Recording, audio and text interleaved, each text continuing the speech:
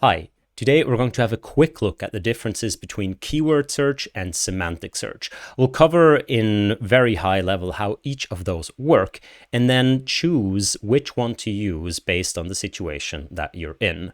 Both have their advantages and disadvantages, and learning about them is very important if you're going to implement one of them. So imagine that we have a whole bunch of documents that we want to search. In this case, we'll have 3 documents for the purpose of this example. So document number 1 here is this document, the cat is in the house. That's the entire document. Document number 2 is the dog chased the cat. And document number 3 is the dog is at home. So let's assume we want to index these documents and later make them searchable. In the keyword world, in the keyword search world, what we would do is we would build a so-called inverted index. That's a data structure that later allows us to very quickly retrieve the documents that contain certain keywords. And the mode here, the whole point here is that the keywords are what matters. So we're going to remember which words are in which documents. Let's go through this really quickly and do this. So the first thing we do is actually we kind of pre-process the documents. We're going to delete all what we call stop words. So the is a word that's just too common, and we can't remember every document that contains the word the, because it's going to be just every single document that there is. Likewise, is, in, the. So all of these things would be stop words that we're just going to delete. And we're just going to be left with a bunch of words that are not that common. So cat, house, dog, chased, and so on. Now, what we're going to do now is build this, what's called an inverted index. So in order to do that, we're going to go through the documents and we're going to build up that data structure. So let's go through document number 1. There is the word cat and the word house. And we'll start with an empty table, kind of, and we'll say, okay, cat is a word I don't have in the table yet. I'm going to add it. And I'm going to put a 1 right here because document number 1 contains cat. The same with the word house. So house, I don't know yet in my table. I'm just going to add it. Cool. Now I'll go to document number 2, dog. I don't know that yet. That's contained in document number 2. Now, chased is an interesting word because it is a form of the word chase. So another thing that in a keyword search engine is done a lot is text normalization. Like removing the stop words, we're going to normalize this to its kind of ground form. So we're going to normalize this to, say, just chase without the D. Because if I search for chase, I might also want to find this document. So the word chase, I don't know yet. So I'm just going to add it. I say document number 2 has the word chase. And lastly, I have the word cat. Now, hold on. Cat I already have in my table. So I don't need to add it. I'll just add to the list right here. Document number 2 contains cat. Let's quickly do document number 3. There's dog. I already know dog. I'll just add a 3 right here. And then home, I don't know yet. Home, document number 3. You can see pretty quickly what that does. As we add documents right here, we're going to encounter more words that we already know from other documents. So we're just going to extend these lists right here. And now once all of this is done, which we call indexing, then I can go and actually search something. So if I now search for, I don't know, cat house,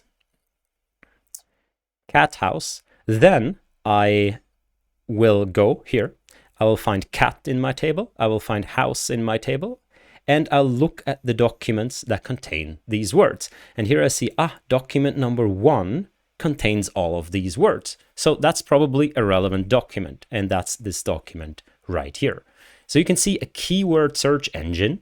Once I type in the keywords, it goes looking in the inverted index which documents contain those keywords, and it's going to serve me up these documents. We'll not go into ranking right here, but the basic concept is just the more of the keywords it contains and the more rare these keywords are, the higher up a document is going to be. So keyword search engines are really good if I want to find actually exact keywords. And that's really relevant if I have, for example, a name that I want to find, because I really want to find that name, not some name, not something that sounds like the name. I want to find that name, I want to find that place, or if I have very specific language that I'm searching for.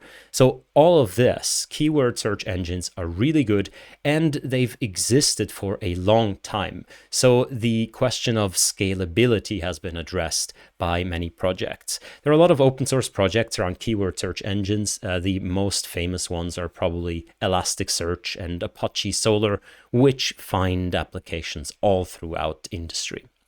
Now let's go over to semantic search.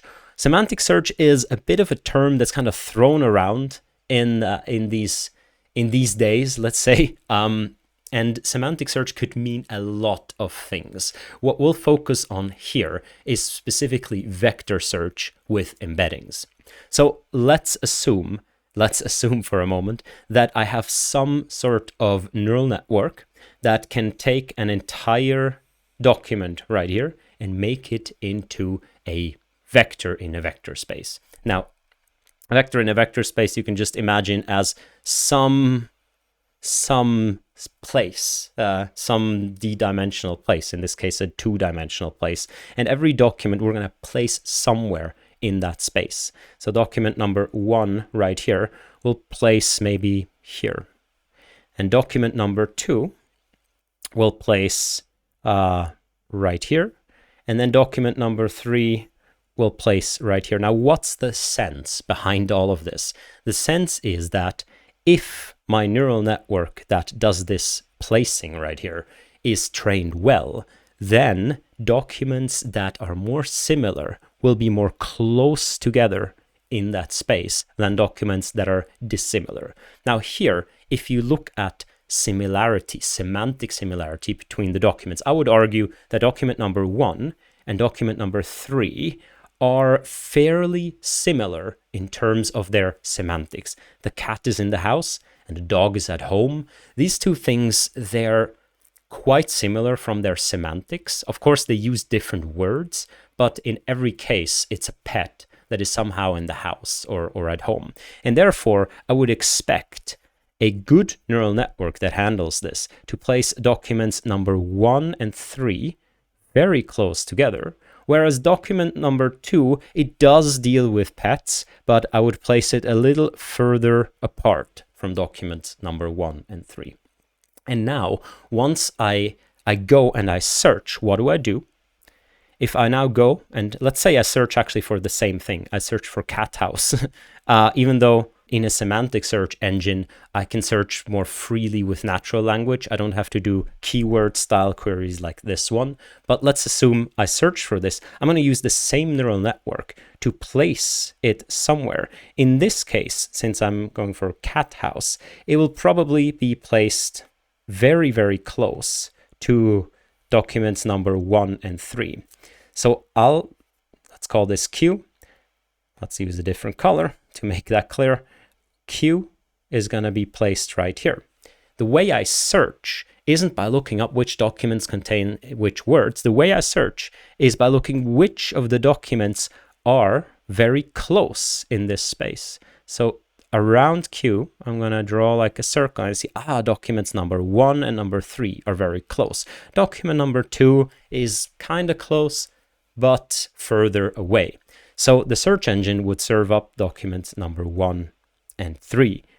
And you can see, even though document number 3 doesn't have any of the words that I searched for, it is still going to be relatively close. So semantic search is very good at searching for things in a fuzzy way, in a way that, it's kind of the same, but it doesn't use the same words. A semantic search is, for example, very good at searching product reviews on Amazon or something like this, because very often people say something like, well, it broke, or it doesn't work, or the piece of trash is really bad, or something. All of these things technically mean the same, but they don't use the same words. So whenever you're searching for like feelings or so, a semantic search is very, very good. as opposed to a keyword search. However, whenever you're searching for precise words, names, places, and so on, a keyword search is very good.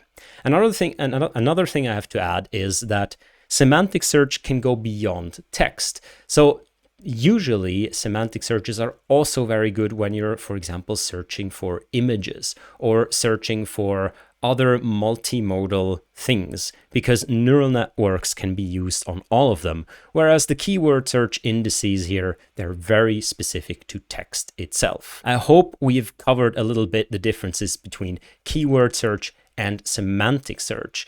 Now, for now, because the open source projects, or generally the projects that focus on searching, they will be either or. They will be either keyword search engines, some do have some vector plugins, or they will be vector search engines, and some of them do have some kind of keyword plugins.